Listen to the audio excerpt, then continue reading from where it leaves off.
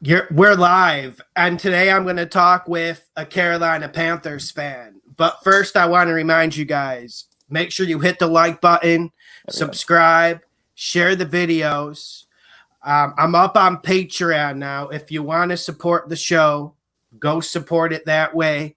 Lots of videos will be upcoming this summer and this season if we have NFL, which I'm not really certain. I guess we'll talk a little bit about that. But today I'm going to have a conversation about the Carolina Panthers. And I just want to say that I think Carolina Panthers fans are going to learn a lot this year. And I'm optimistic about Matt Rule to a certain extent. But I really think Carolina Panthers fans are going to learn a tough lesson about how great Riverboat Ron was.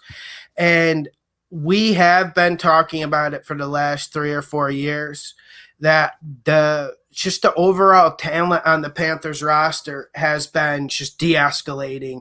They've been losing players. Players are getting older. That happens. Yet nothing young was there to replace it, especially on the defensive side of the football. And then this offseason, Panthers fans, they get dealt with Teddy Bridgewater when I'm not even sure he's better than Kyle Allen. So we have a lot of questions for the Panthers. I got to just ask you first thing, welcome to the show. Michael Mann's here. I got to just say, what do you think about Matt Rule versus Riverboat Ron? I just want to say, first off, I still agree with the idea of firing Ron Rivera. I've been for that since the get-go. It was time to move on. I mean, I think he's pretty overrated. I'm not going to lie. He does some things very well, and he does some other things terribly. Like, he can't make adjustments to save his life mid-game. He doesn't learn from his mistakes at all. He's terrible at personnel decisions. And as far as Matt Rule goes, I've liked what he's done so far. At first, I was a little shaky about him, but his actions have spoken louder than words. His draft was very good, I thought, and I've liked what he's been saying ever since, but those are just words. I think it's going to be a pretty crappy year, honestly. Everything is just going against the Panthers right now. Like, between the schedule, this Corona thing happening, the fact that only 40% of the roster is returning, it's not going to be a good year, I don't think. Yeah, and I was surprised you actually agreed with the video that I came out with to bet the Carolina Panthers under 5.5 wins. But I was actually surprised you came out and agreed with it. But anyone who's not getting sucked up into being a fan and just being a yes man knows that I don't know if there's another team that's going to get hurt by COVID more than the Panthers. Yeah. So I agree with your point on that. Yeah.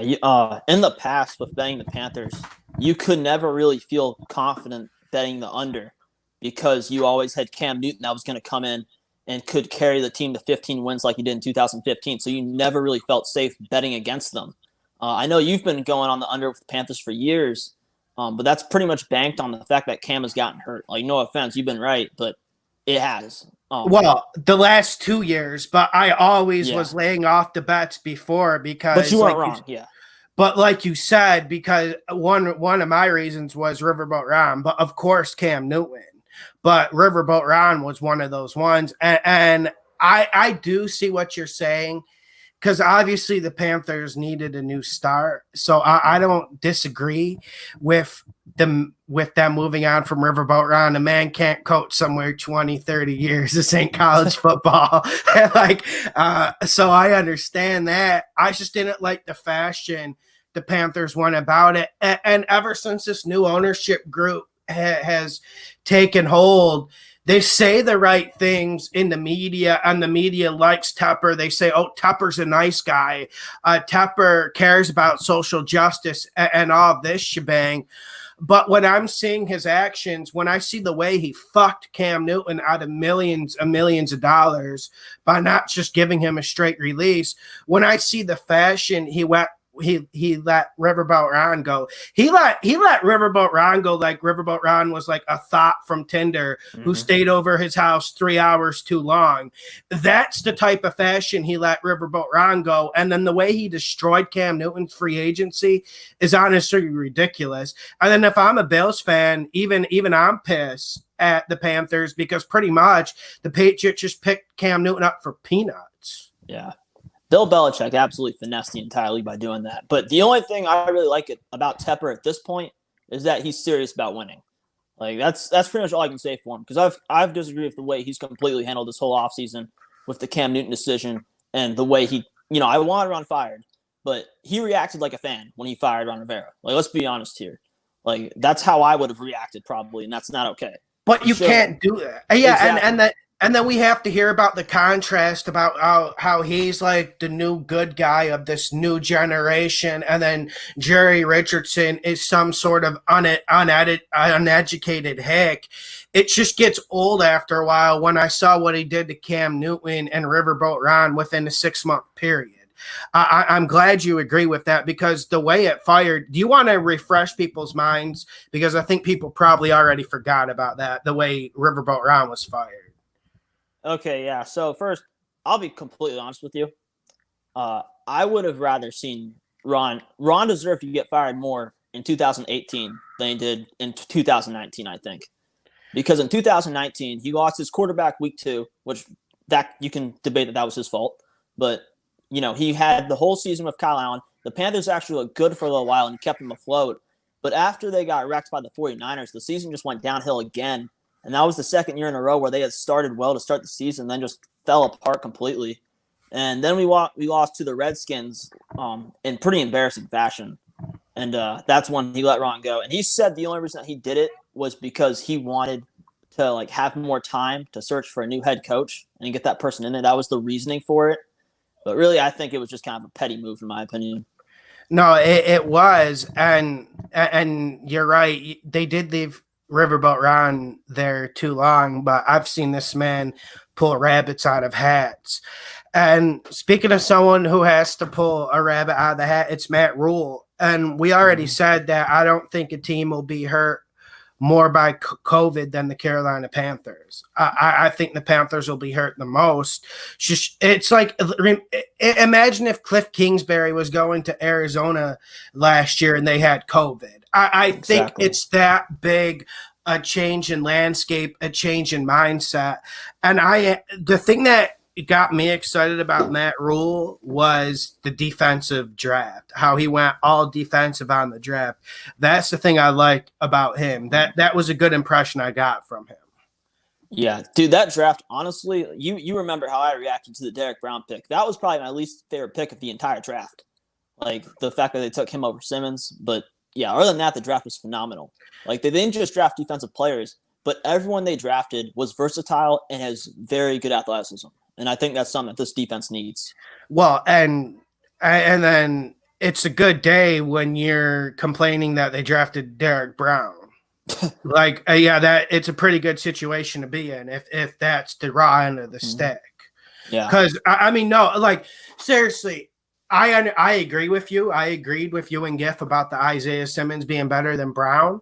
But then I'm looking around this league and I'm saying, how many legit athletic defensive tackles do we have that can rush the passer, stop the run, and have legit athleticism? I just couldn't find a lot. I mean, we saw DeForest Buckner, a guy who he's not the most explosive interior D lineman we ever seen get 20+ million. So I like that pick. But the Isaiah Simmons would have fit more into the Panthers DNA probably. Yeah, it sucks. I really thought they were going that route, dude. I was heartbroken draft night when they didn't do that. But, I mean, my biggest concern about Brown is he going to be able to translate his game to the next level? Because in college, he could do that. And, he was probably one of the most defensive or dominant defensive players in college football. But I don't know how that's going to translate when he has to go up against, grown men in the NFL and, like, big guys. Big guys, yeah. Big guys are always more of a risk. And that's one thing people need to understand.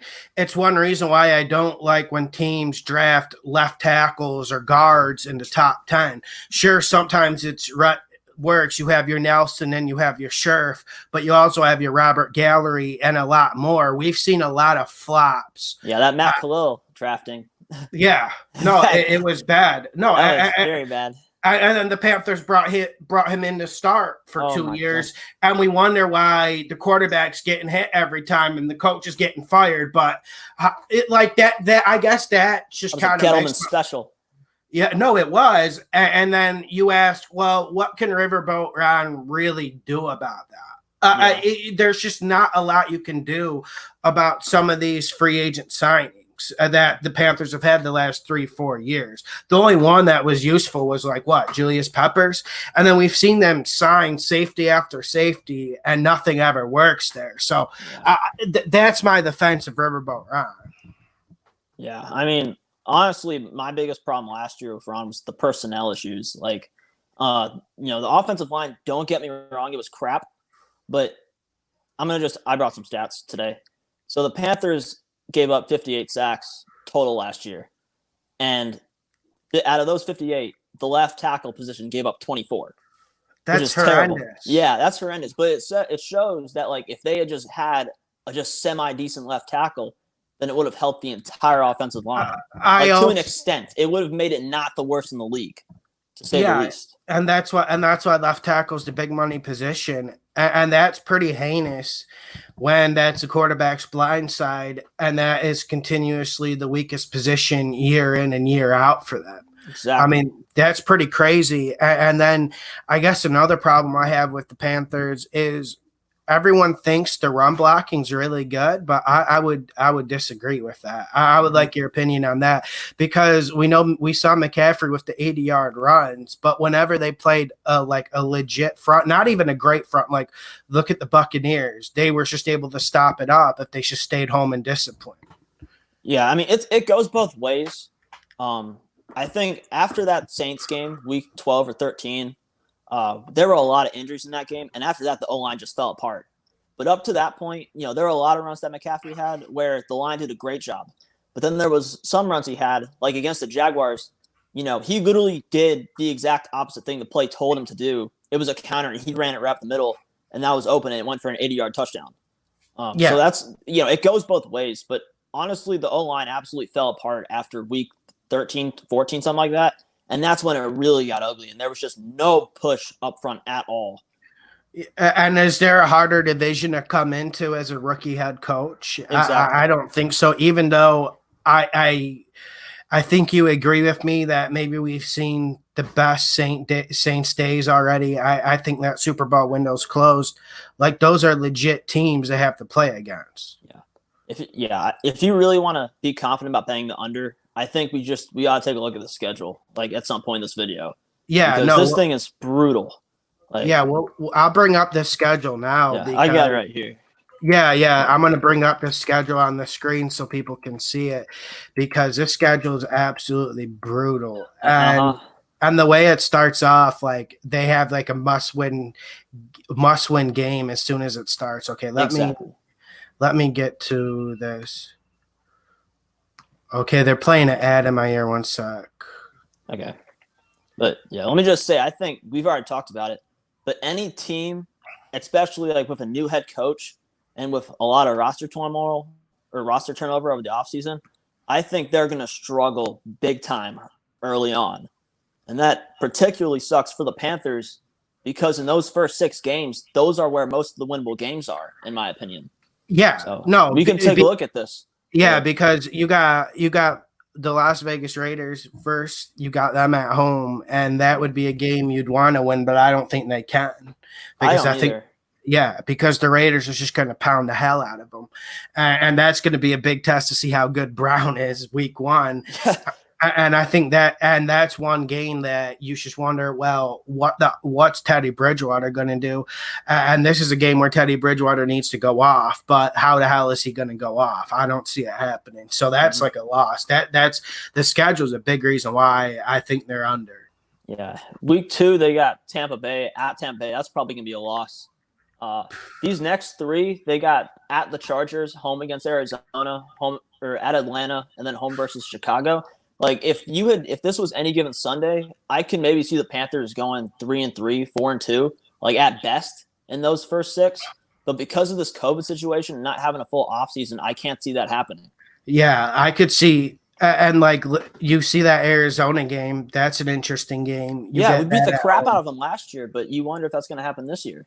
Yeah, it's going to be tough. And I do think the Kyle Allen situation last year is something people are underestimating. He actually had some really good games. He played perfect that Arizona game. They Yeah. were actually getting pressure on him, and he was rolling right, just throwing dimes. Mm-hmm. Chargers, I think they actually beat the Chargers. I think that's their first win. I think they lose to the Cardinals, lose at the Falcons, and then home against the Bears is a crapshoot because Yeah, we if don't. Trubisky's in there. Yeah, because we don't know what Bears we're going to get. That could be the game that gets Trubisky benched. Aren't you a little bit worried about Matt Rule having a 10-year deal before we get to the rest of the schedule? I think it's a 7-year deal. And yeah, a lot of Panthers fans are pissed about that too. But honestly, it's Tepper's money. Like, it has nothing to do with the fans and the cap. So No. I couldn't care less. No, but you do have to have some flexibility. Yeah, it shows that Tepper's in for the long haul and that he knows that the Panthers are probably going to suck the first 2 years. It's to give Matt Rule, some flexibility so he doesn't have to worry about winning anytime soon. But going back to the schedule, like if you're betting the under on this, and if they go like 1-5, 2-4, I think you could pretty much just bag in the under because this schedule does not get any easier from here. No, then you got at the Saints, you got home against the Falcons again, at the Chiefs, home against the Buccaneers. That's ridiculous. You pretty much play the two best offenses week 9 and week 10. And I know there's arguments about the AFC North being the best division. It does take a lot out of you having to play the Buccaneers, Saints twice, and then the Falcons twice. Even though the Falcons suck at times, they still have a ton of talent, and they're hard to defend. You wonder, like going up against the Saints, the Falcons, Chiefs, and then Bucks, like out of that 4-game stretch, how much are they going to have left? Because another problem I have with the schedule is that the bye week isn't till week 13. Like if I'm making this schedule, I want it early on, like week 5, week 6. So when the Panthers are lost with their communication issues due to COVID, at least they have a chance to regroup a little bit, but they're not going to get that. What about that Detroit game? Well, yeah, that's what I mean. I don't know. How are they going to get their butts whooped 4 straight weeks against really good offenses and have the confidence to say we can go beat a team? Like I've seen the Panthers completely fall apart against teams that they should beat. I mean, that's why Ron Rivera got fired. I think so too. I do think they beat Detroit. They better. Yeah. Well, also, and then a lot of Panthers fans disagree with this, but I think this is destined for Trevor Lawrence. I think that's what Matt Rule wants, and I think that should be the game plan. It's just really hard in the NFL to tank. Yeah, the schedule's designed for that. And I would probably Matt Rule's mindset is he probably just wants to make the team younger, and then he probably just wants to say, I want to be in the top 10 so I can get any good quarterback. Yeah. I think that's more the plan because it's so hard to tank for Trevor Lawrence. Like we saw the Colts do it with Lott, but it's harder than people think to tank in the NFL because people have too much pride. And the Dolphins sucked last year and they couldn't do it.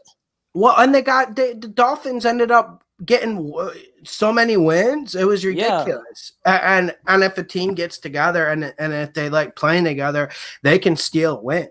But, we saw the Dolphins steal wins against a lot of good teams, like the Eagles, when the Eagles were fighting for their season.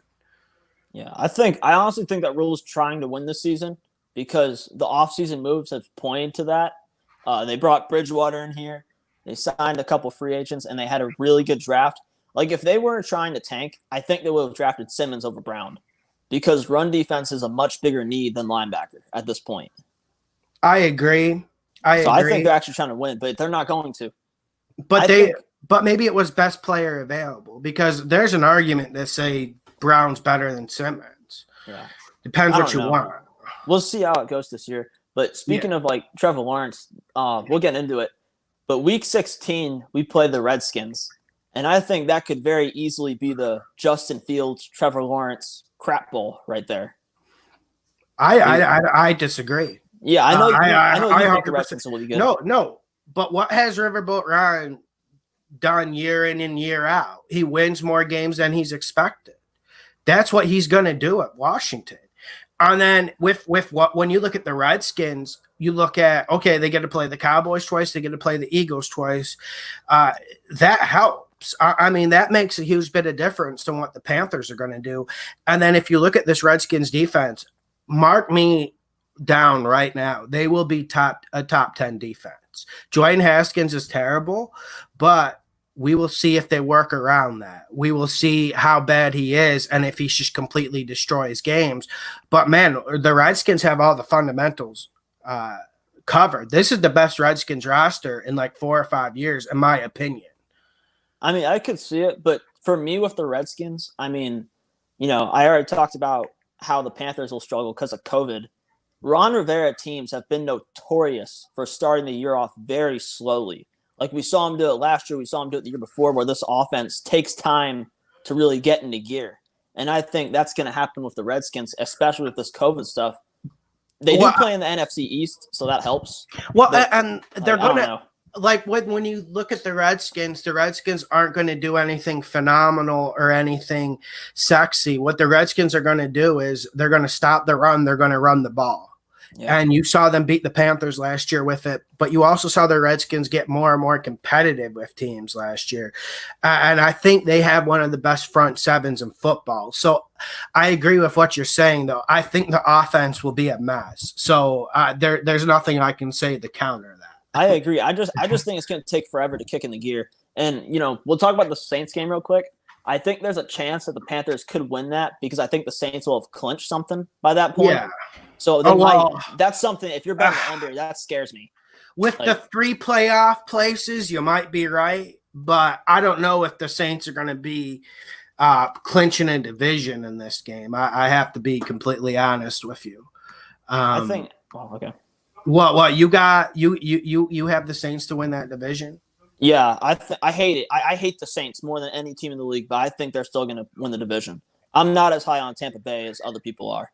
Well, and you'll have to debate me about that one time because I think Tampa Bay gets to the Super Bowl. Yeah. But now, did you see the news today that they cut the preseason games down to 2? Yes, and we play Cam Newton and the Patriots week 1 of the preseason now. That'll be fun. Well, yeah, and it's going to be serious, too. Yeah, I hope I honestly – I want to see Cam Newton and Ron Rivera beat the Panthers just so they can stick it to Tepper. I agree. He will. And that's what's just going to happen. And that's one thing that Tepper's already managed to unleash in this league is bad blood and grudges against him.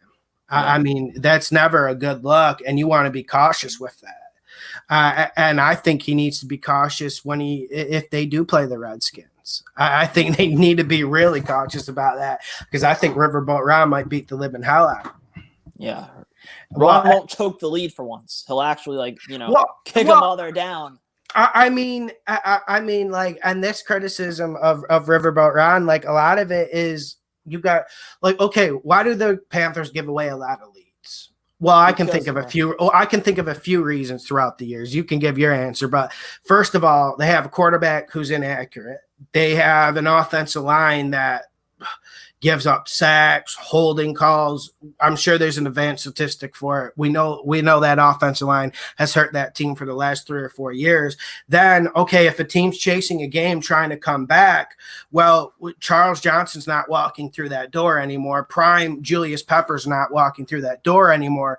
So you don't have that elite pass rush and you don't have an elite secondary. That's how leads get blown. But he needs to be more cutthroat, but sometimes having a defensive coach actually helps in the long term. Okay, I can understand that, but the offensive line hasn't been good lately, and neither has the defense. But even when the Panthers have been good, that year we went to the Super Bowl, I think it was 3 or 4 times where we had huge 20+ point leads, and then we blew it or almost blew it. It's ridiculous because anytime he gets a lead, he completely stops disguising. He stops blitzing. And on offense, they just run the ball and punt. They'll go run and run, punt. And that happened so many times that year. And Ron Rivera just never adjusted to it. And it pissed me off watching it. That's one of the problems with defensive coaches Like it generally. was the same story over and over again, and it was I hated it. I've seen a lot of that. Unfortunately, that's like commonplace in this league with coaches. Exactly. I can't say Riverboat Ron is an outlier in that. Like, but yeah, it is a problem. So I wrote down some questions. Who do you think's better, Panthers or Jaguars? Oh, I live in Jacksonville, so I have to say the Panthers. I'm just kidding, but yeah, that's tough. I think Minshew's better than Bridgewater, but as far as the roster as a whole, Minshew's. I don't know. I don't know. I don't know. No, the Panthers are better. They have Christian McCaffrey. Panthers are better. They have better offense, and overall, I think there's just too many weapons on that offense. Yeah, Panthers are better, and I think Bridgewater is actually better than Minshew. I wonder how long this Minshew thing is going to last in Jacksonville, because like you remember that game in London last year? Minshew played against the Texans. It might have been one of the worst games I've ever seen a quarterback play in this league, and I know you've seen a lot of bad quarterback play too. So it was exactly. We got up at 9 to watch it. That was the best way to start the day ever, to go watch Gardner Minshew throw 4 interceptions against the Texans. Luckily, I didn't bet it. I was tempted to bet it. I'm glad I didn't. Okay, so Panthers or Jets? Or Jets? Yeah. Oh gosh, I don't know. I feel like that Jets defense is very underrated. Give me the Jets. I'll go Jets because they're going to be ready or more ready to play this year than we will. But I don't know. Panthers or Lions? Panthers. No. Matt Patricia, no. Yeah, no, I would actually say the Panthers might be better. And we're going to find out. I think the Lions might be able to scrap more wins, but I actually would take where the Panthers are right now than where the Lions are.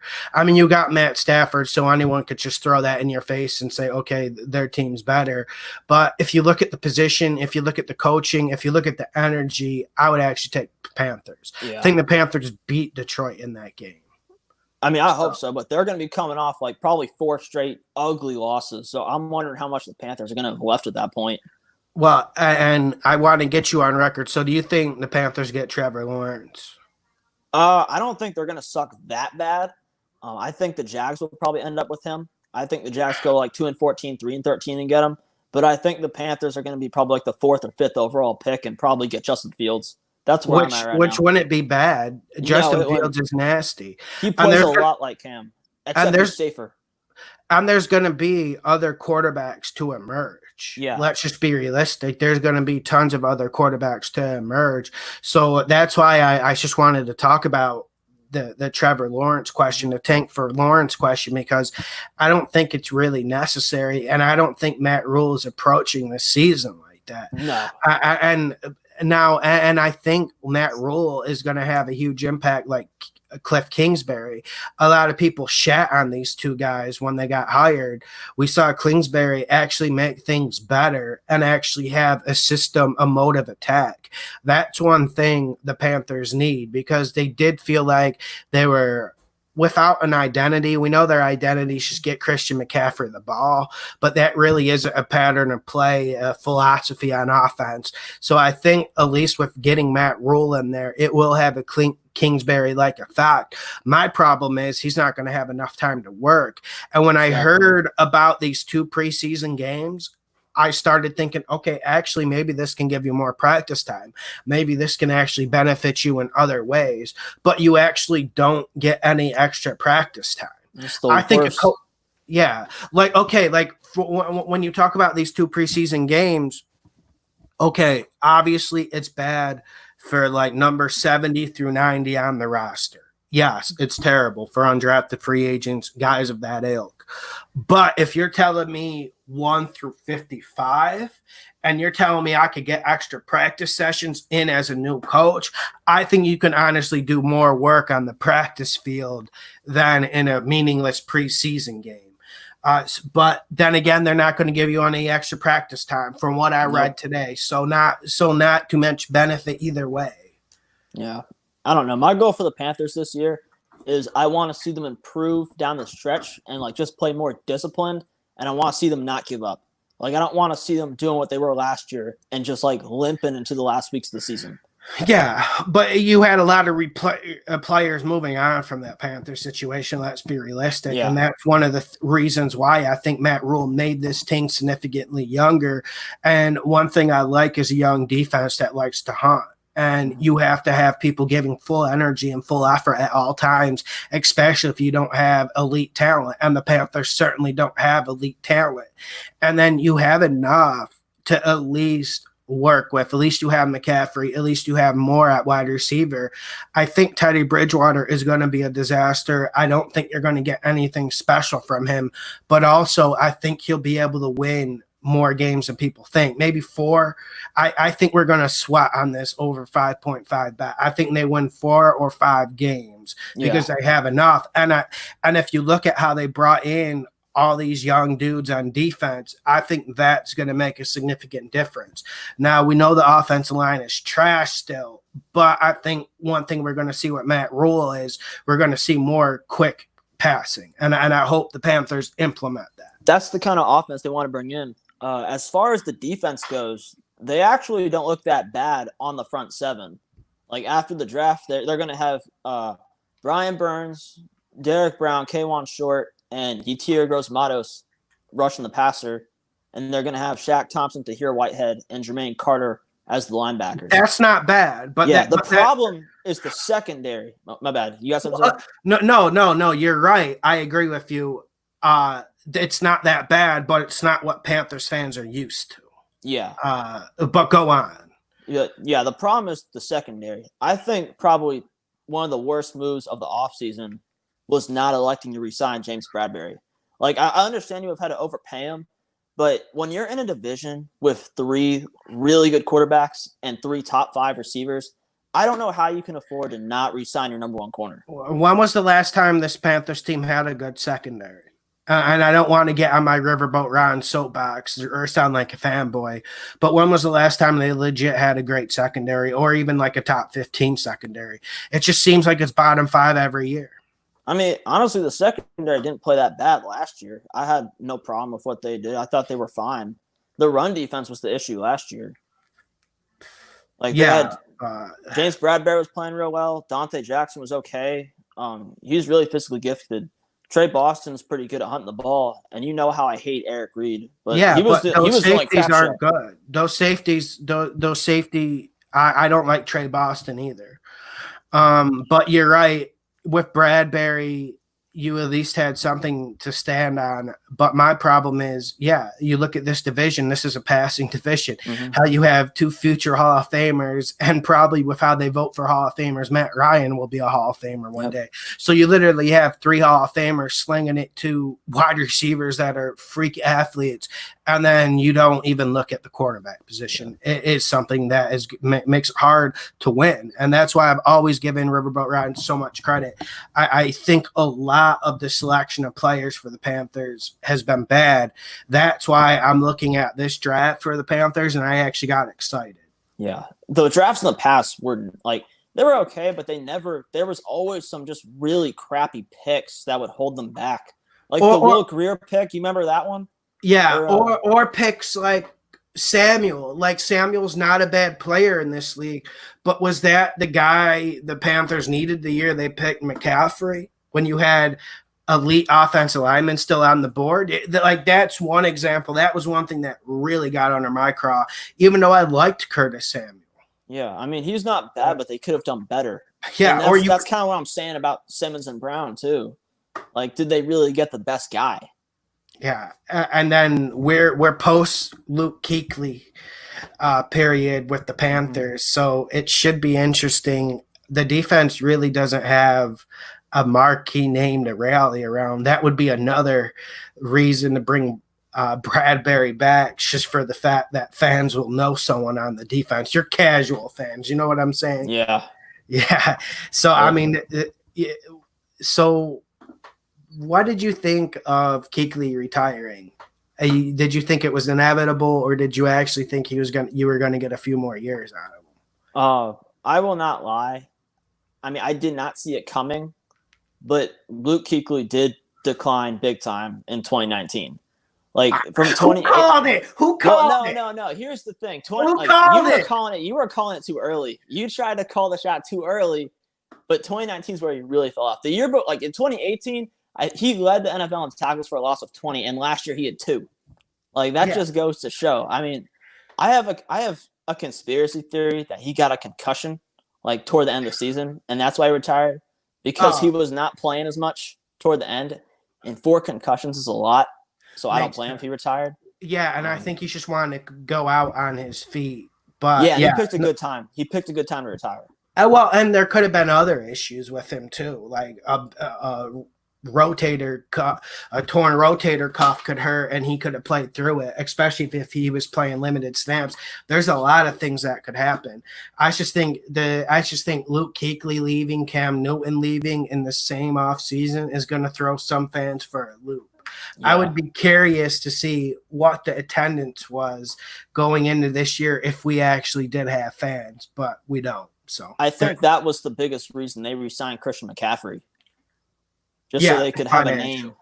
But is there, outside of like quarterback, I don't know if there's a better player in this league to market than Christian McCaffrey. So it makes sense. It adds up. Mm-hmm. Yeah, and like if you pay Christian McCaffrey, you know you're going to get good football, but you know he's also going to bring in his revenue as well. So that's always a good thing. Do you have any last words on the Panthers? I'm going to just go off. I'm going to predict 5 wins, 4 or 5 wins. I still feel comfortable with the bet because, like you said, the schedule's so tough. People are saying, Lawson, you're predicting 5 wins. That's fucking close to the 5.5. Well, yeah, but if you look at this schedule, do you see them like taking one of that 6 win from the Buccaneers, from the Saints, hell, even from the Falcons, although they might steal one against the Falcons? I've already accounted for that. I've accounted for Matt Rule stealing one from Matt Ryan and Dan Quinn. But so I'll let you have the last word. I want to say thank you for coming on. Yeah, thanks for having me, man. I think they're going to go 4-12 or 5-11. But I do think that if they start the season, like if they by some miracle start off decently and they get some wins early on, then they could go like 8-8, and they'll surpass the over/under. But I don't think it's going to happen. Yeah, I agree. And are you looking for a bet site this year? I got Bovada. That's what I've been using. Oh, you've been using. It's got pretty good odds. Yeah. I got free money for anyone who wants it. If I refer you to my betting site, you will get a free bonus if you deposit. So I'm just letting you guys know. I'm just throwing that out there to the people. I use Bovada, but Bovada banned me, so I can't use them anymore. So if you get the ban hammer, let me know. But also, you should always have a second or third one. Yeah. So I was just putting that out there. If you guys want, I can send you the link. I sent one to a podcast subscriber the other day. So that's all I need to say. Yo, Mike, thanks for coming on. One thing I wanted to do, I wanted to get an NFC South season preview to try to get Saints, Falcons, and Bucks fans on. I can get a Bucks fan. I'm just kidding. Yeah, no. Well, Saints and Falcons fans, I feel like they fight the most. Yeah. Oh my God. Dude. Honestly, I have no problem with Falcons or Bucks fans at this point because they feel our pain. We understand each other, but the Saints fans are, no offense to any Saints fans watching, but your fan base is obnoxious. They are. I mean, oh my gosh, the crap that I almost wanted the Saints to win the NFC Championship last year at a certain point, just so I wouldn't have to deal with them the entire offseason complaining about how that game went down. Like, it was ridiculous. They complain more than any fan base in this league, and they get the most. And listen, I don't know if you watched the one where we had the Brian Toohey guy on, and I don't buy into that stuff as much as other people, okay? But one thing is, I know the Saints got some home cooking after Hurricane Katrina. Yeah. Let's just leave it at that. Mm-hmm. So for them to complain about everyone else is rather ridiculous. Especially when you look at how lucky they've been over the years. Like I looked it up. Over from 2017 to 2018, they were like 12-3 in one-score games or something like that. It was ridiculous. Like, they have played a lot of close games and like barely squeaked them out, and they're winning all of them. So that's what sucks against the Saints. And then you wonder why they get killed in the playoffs every year. Yeah, and that's a combination of refereeing. That's a combination of good coaching, good quarterback play. It's a combination of all three. So, I mean, refereeing definitely decides those games more than people think. I'm not saying Sean Payton or Drew Brees doesn't come in and do great things. And I don't think he's necessarily saying the Saints are lucky. He's just saying that well, I'll give you what I think about the Saints. I think the Saints fade every single year when they need to be getting better. They play their best football around October, early November, when in reality you want to start playing your best football late November, early December. I think that's a big issue with the Saints. I'll be honest about the Saints. Like 2018 was their year to win the Super Bowl, and they got screwed out of it.